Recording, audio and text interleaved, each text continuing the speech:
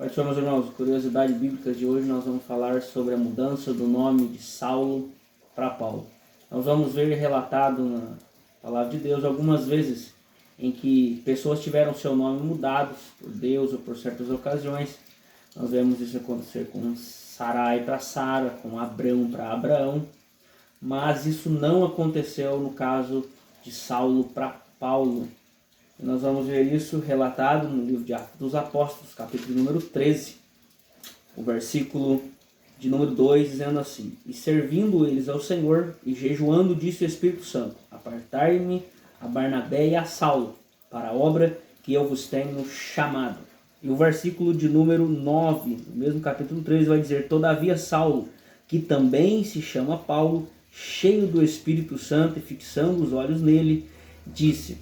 Nós vemos que o apóstolo Paulo, também chamado de Saulo, ele possuía esses dois nomes. O nome Saulo era o nome de origem judaica, era o nome Saulo, e o nome Paulo era origem grega, ou origem latina.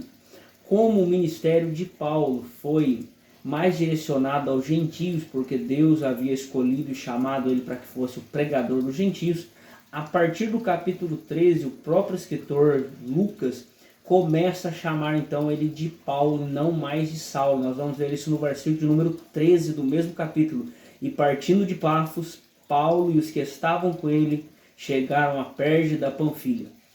Então nós vemos daí para frente, todas as vezes que Lucas vai se referir a ele, vai se referir então como o nome de Paulo. Então não foi o nome mudado, não foi Deus que, quando nós vemos pregadores dizer que Deus através do propósito, quando chama ele, Saulo, transforma ele então em Paulo. Nós vamos ver um hino da harpa cristã, o hino de número 196, que diz que ele foi transformado em Paulo após ter encontrado a rosa, ter encontrado Cristo. Então não é essa a interpretação.